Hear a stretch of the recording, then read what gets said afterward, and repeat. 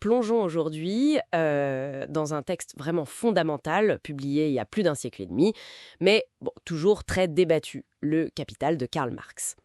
L'idée, c'est d'essayer d'en saisir les concepts clés. Oui, tout à fait. C'est une œuvre dense, qui propose une analyse, une critique assez radicale du système économique capitaliste. Marx, son but, c'était d'en exposer les mécanismes profonds et puis aussi ses contradictions. Il s'est basé sur quoi concrètement? L'économie de son époque, j'imagine? Oui, l'industrie britannique surtout. Et il voyait ce livre, comment dire, comme une arme théorique vraiment majeure. Ah oui? Absolument. Il a même écrit que c'était le plus redoutable missile, je cite, contre la bourgeoisie. C'était un projet énorme.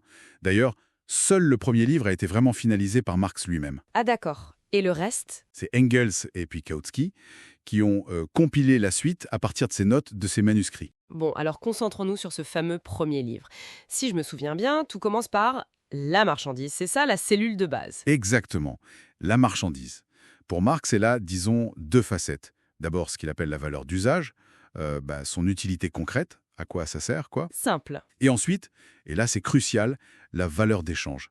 C'est sa capacité à être échangée contre d'autres marchandises. D'accord. Et cette valeur d'échange, comment Marx la définit? Comment elle est déterminée? Alors là, il reprend et il développe la théorie de la valeur travail. Pour lui, la valeur d'une marchandise, elle est déterminée par la quantité de, attention, terme important, travail socialement nécessaire à sa production. Travail socialement nécessaire, c'est-à-dire? C'est le temps de travail moyen qu'il faut dans des conditions techniques et, disons, d'intensité de travail moyenne pour la fabriquer. Donc la valeur, ça viendrait du travail humain qui est comme cristallisé dans l'objet. Hmm. C'est un peu ça l'idée. C'est ça. Et la monnaie, alors, elle joue quel rôle là-dedans? Oui, la monnaie. Eh bien, la monnaie devient l'équivalent général. Elle permet de comparer, d'échanger toutes les marchandises entre elles. Mais elle a aussi tendance à masquer l'origine réelle de la valeur, qui est dans le travail. C'est ce qu'il appelle le fétichisme de la marchandise. Fétichisme. Oui, c'est l'idée que les relations sociales entre les producteurs apparaissent comme des relations entre des choses, des objets qui auraient leur propre vie, leur propre valeur intrinsèque, indépendamment du travail. Je vois. Mais alors, si tout s'échange, en principe, à sa juste valeur basée sur ce temps de travail, comment on explique l'accumulation du capital? Le profit, il vient d'où? Ah, voilà, on touche au cœur du problème. Marx fait une distinction importante. Il y a l'échange simple, on vend une marchandise pour acheter une autre, MAM. Le but, c'est de satisfaire un besoin. D'accord. Et puis il y a le cycle du capital. Argent, marchandise, argent. AMA. Là, l'objectif, c'est de finir avec plus d'argent A qu'on en avait au départ A. Et cette différence, A moins A, c'est la plus-value. La fameuse plus-value. Mais alors, d'où elle sort cette valeur en plus si on n'achète pas moins cher pour vendre plus cher? Justement, elle ne vient pas de la circulation, de l'échange lui-même, mais de la sphère de la production. Elle provient de l'utilisation, de la consommation d'une marchandise très spéciale. Laquelle? La force de travail. La capacité de travailler du salarié. Expliquez-nous ça un peu plus. Alors, le capitaliste achète cette force de travail. Il l'achète à sa valeur. Et la valeur de la force de travail, c'est quoi?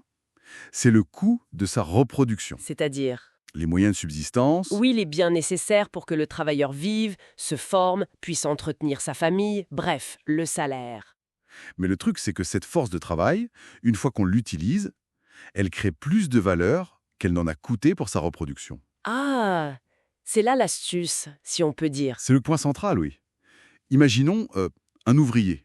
En 5 heures, il produit une valeur égale à son salaire de la journée. Mais le capitaliste, lui, il l'emploie 10 heures. Donc les 5 heures restantes? Exactement. Ces 5 heures, c'est du surtravail. Un travail qui n'est pas payé aux travailleurs, mais dont la valeur, la plus-value, est empochée par le capitaliste.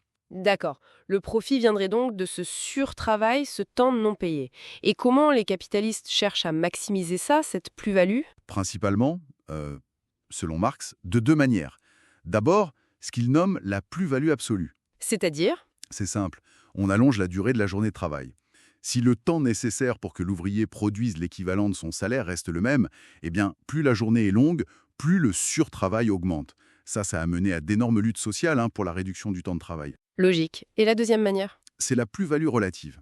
Là, l'idée, c'est de réduire le temps de travail nécessaire à la reproduction de la force de travail en augmentant la productivité. Comment? Si on produit plus vite, plus efficacement, les biens que consomment les travailleurs, nourriture, vêtements, etc., leur coût baisse. Donc, la valeur de la force de travail baisse aussi.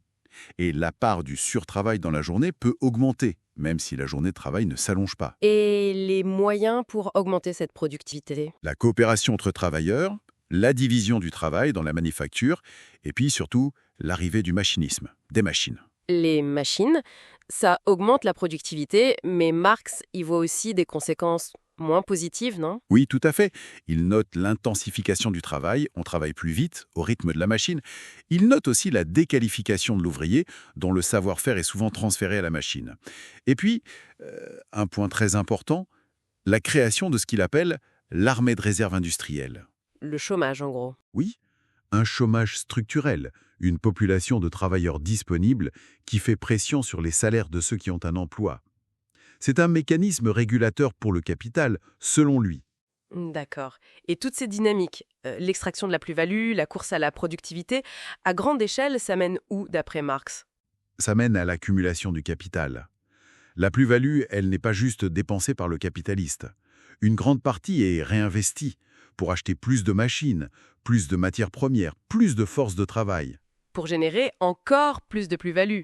Exactement. C'est un cercle, une spirale. Et ce processus entraîne une concentration de plus en plus grande du capital entre quelques mains. Et, c'est le paradoxe qu'il souligne, une tendance à l'aggravation relative de la situation de la classe ouvrière, ce qu'il appelle la paupérisation, même si la richesse globale augmente. C'est sa loi générale de l'accumulation capitaliste. Et il relie ça aussi au début du capitalisme, non? À l'histoire. Oui, à ce qu'il nomme l'accumulation primitive. C'est l'idée que la séparation initiale entre les travailleurs et leurs moyens de production, par exemple les paysans chassés de leurs terres, les artisans ruinés, n'a pas été un processus pacifique, mais souvent violent.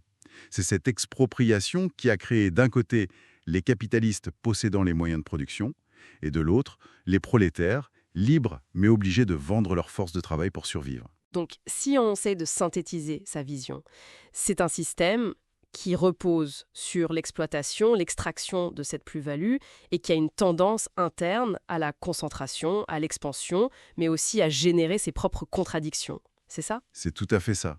Marx voit le capitalisme comme un système historique, pas éternel.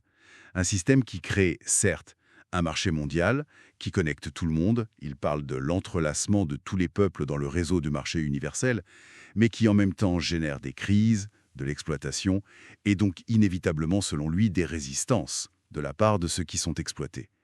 Il pense que ces contradictions finiront par mener à son dépassement. Bon, c'est une analyse évidemment très dense et qui a eu une influence considérable. On a essayé d'en survoler les points clés, la marchandise, la valeur travail, la plus-value via l'exploitation et puis ces dynamiques d'accumulation. Oui, un rapide aperçu. Et pour conclure, peut-être une question qui reste pertinente. Marx y décrivait ce capitalisme du 19e siècle, en pleine expansion mondiale, créant ce marché interconnecté, mais aussi intensifiant l'exploitation et suscitant des résistances. Alors, la question qu'on peut se poser, c'est dans quelle mesure cette grille d'analyse, qui a quand même plus de 150 ans, nous aide encore à comprendre, ou pas d'ailleurs, les tensions économiques, sociales qu'on observe aujourd'hui à l'échelle globale.